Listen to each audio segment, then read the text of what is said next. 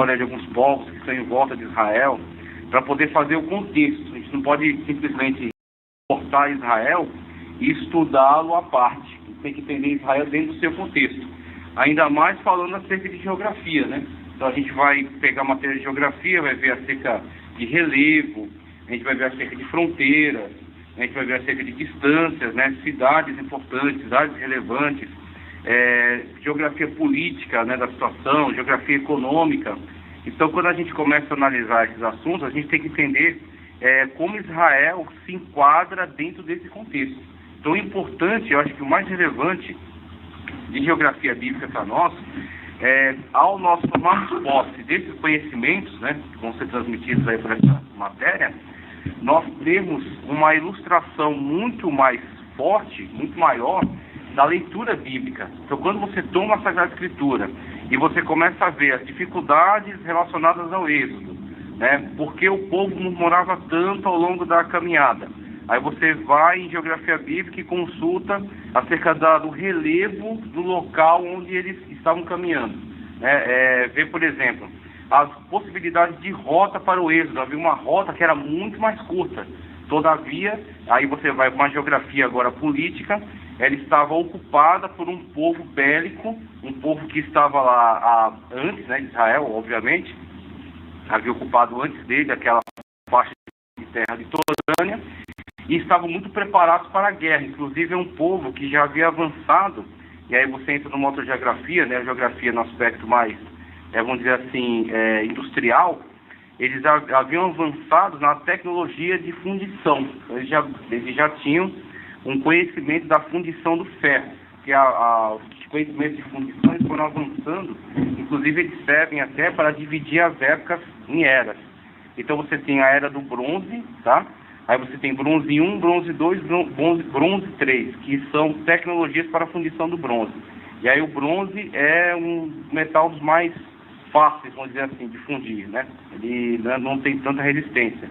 Aí do bronze você tem a era do cobre, né? Ele já começou a aprender não só a fundir, mas também a misturar elementos diferentes. Então eles conseguem misturar diferentes tipos de elementos e obter o cobre.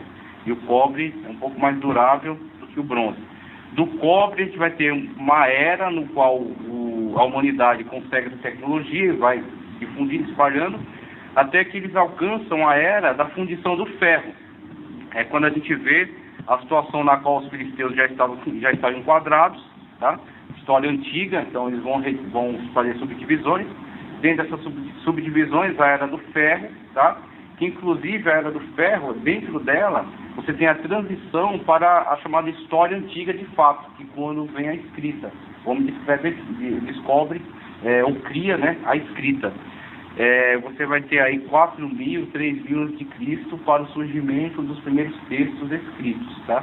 Então isso aí é de fato história antiga.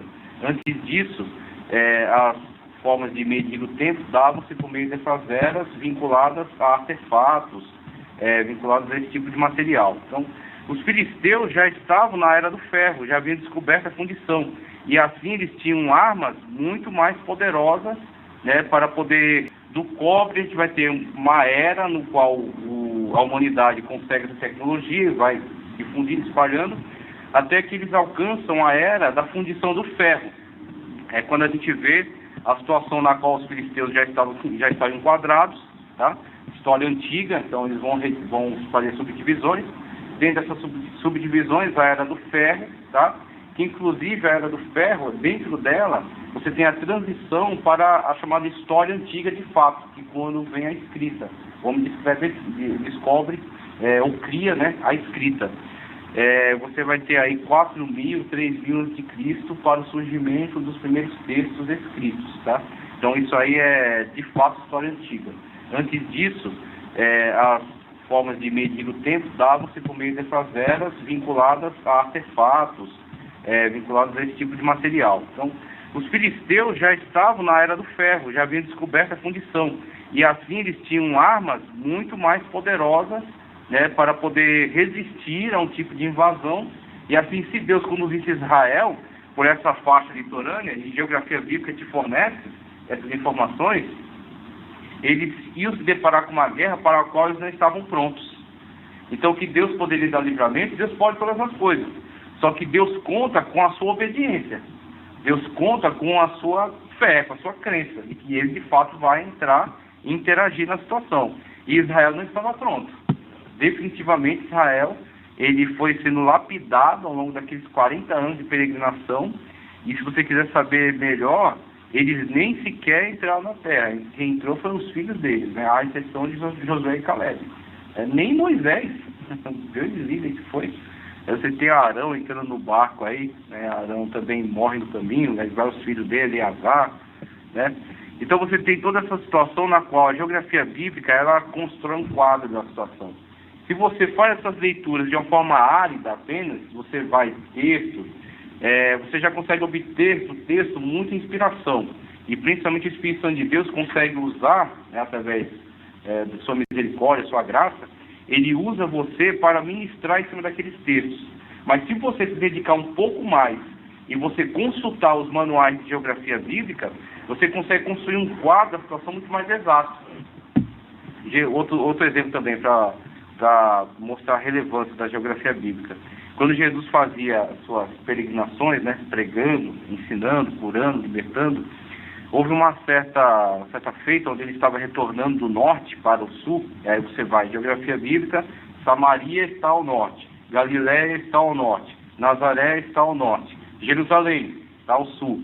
Jerusalém é uma parte alta, Monte Sião, né? Aí você tem Galiléia já indo para acima da Samaria.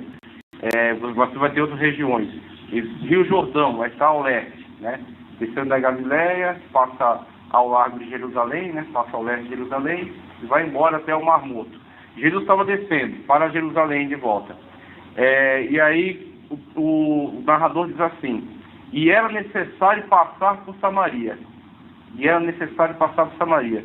Por que o narrador acha relevante de dizer isso? Era necessário passar por várias outras regiões, mas ele não se importa. Agora, Samaria ganha destaque. Por quê? Por causa do trabalho que os judeus ortodoxos tinham em evitar transitar dentro de Samaria. Então, ele vinha das regiões da Galiléia, né? Aí você tem Cafarnaum, Galiléia, está às margens do mar da Galiléia. Mar que não é mar, é lago. Por que é chamado de mar? Aí você vai ter alguns motivos que as populações em volta dele davam para o chamar de mar e não de lago. Mas, geograficamente, é um lago. Cafarnaum está à margem da Galiléia. Jesus, durante muito tempo, ficou ali naquela região, né? E alguns dizem até que seu QG era em Cafarnaum, né? Que ele tinha uma casa lá e de lá ele partia para diversas missões. Então, ele, transitando por aquela região, ele resolveu descer, então, a Jerusalém, tá? Quando o autor acha relevante nos dizer que era necessário passar por Samaria, é porque Samaria, que era uma região, vamos dizer assim, evitada pelos judeus ortodoxos, ela causava-lhes grande transtorno de trânsito. Então, por eles não quererem passar dentro de Samaria, por causa das hostilidades que haviam entre os judeus e os samaritanos, e por que haviam essas hostilidades? Aí você vai ter história, né, de Israel, e geografia a gente vai abordar um pouco também, porque a gente vai ver um pouco de geografia política, a gente vai ver quando houveram as deportações, quando houve a miscigenação dos restantes ali dos israelitas com povos estrangeiros, o que veio a dar essa raça, né, miscigenada dos samaritanos. E os judeus que mantiveram a sua linha genealógica, né, devido aos trabalhos aí de Neemias, principalmente, né, Esdras, então mantiveram ali as suas linhas genealógicas preservadas. Então houve essa hostilidade, né? Começou a desenvolver essa hostilidade entre esses povos.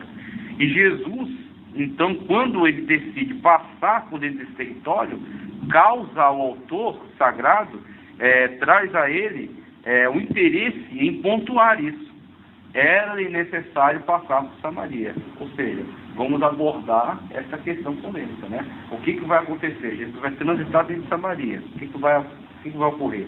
Despertou nele essa atenção, né? Esse sinal vermelho. Olha, Jesus vai passar dentro de Samaria. O que vai acontecer? Isso aí ganha mais relevância para você quando você adquire conhecimento de geografia bíblica. Que aí você vai ver a necessidade geográfica de passar por lá. Os judeus que não queriam cruzar em Samaria, eles simplesmente faziam uma rota aí para